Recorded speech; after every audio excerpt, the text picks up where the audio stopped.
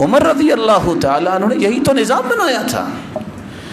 یہ مدینے کا والی رات کی طریقے میں نکلا, دیکھتا ہے آواز آ رہی ہے ویل لعمر, ہلاک ہو جائے عمر. ہاں عمر ہلاک ہو جائے, ویل لعمر. دروازہ کھٹکھٹایا, دیکھا ایک بوڑھی اماں, پانی رکھا ہوا ہے, بچے رو رو کے سو چکے ہیں, کھانے کو کچھ نہیں. رک گئے,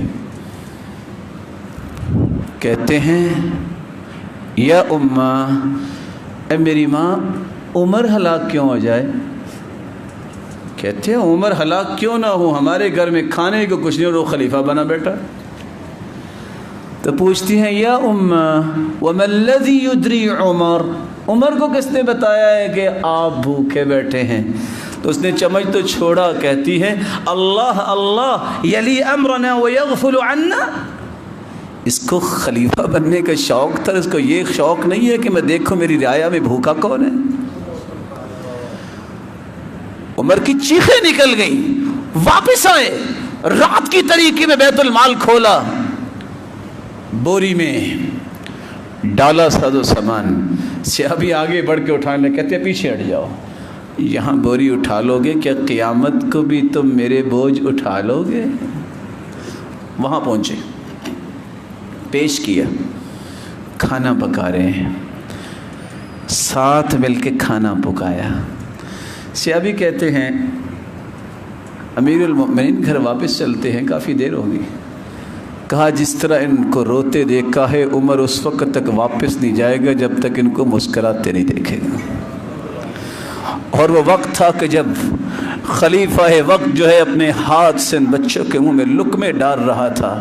یہ دعویٰ کرنا یہ کوئی بڑی بات نہیں ہے, ایک لقمے ڈالنا ہے کسی کے منہ میں, ایک یہ ہے کہ لقمہ جو ڈل رہا ہے وہ بھی چھین لینا. رات کی طریقے میں عمر نکلے ہیں, ایک شخص بیچارہ, ایک شخص پریشان ہے, کبھی ادھر جا رہا ہے کبھی ادھر. کون ہے آپ؟ تو جی مسافر ہوں, بیوی ساتھ ہے, خیمے میں ہے, ہم خلیفہ سے ملنے آئے تھے لیکن امید سے میری بیوی ہے, لگتا ہے اللہ کو خوشخبری دینا چاہتے ہیں. کہتے رک جاؤ. واپس گئے گھر, خاتون اول کو اٹھایا, سیدہ ام کلثوم رضی اللہ تعالی عنہا, یہ سیدنا علی کی بیٹی ہیں. کہتے ہیں یا ام کلثوم الخیر قد ساقہ اللہ الیک, اے ام کلثوم اٹھو, ایک نیکی اللہ کھینچ کے تیرے گھر میں لے آئے. فقامت, کھڑی ہوئی, وابتسمت, مسکرائی, واستبشرت, خلیفہ کے کہنے پہ خوش ہو گئی. کہتی ہیں ابشر, خوش ہو جائی, میں تیار ہوں, کہاں جانا ہے؟ وتوضأت, وضو کیا.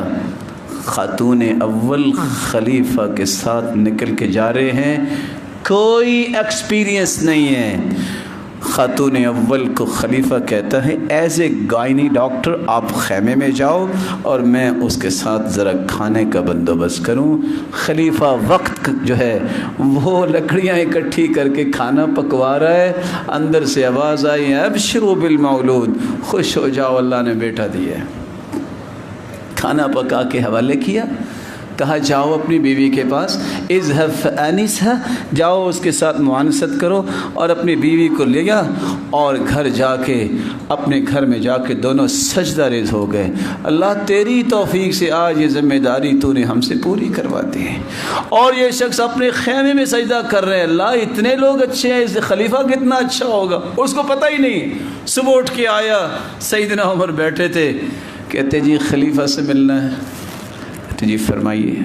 کہتے نہیں آپ تو رات کو میرے ساتھ لکڑیاں اکٹھی کر رہے تھے اور کھانا پکا رہے تھے, مجھے خلیفہ سے ملنا ہے. کہتے ہیں آپ حکم کیجئے, لوگ مجھے خلیفہ بھی ویسے کہتے ہیں, کوئی کام ہے تو بتائیے.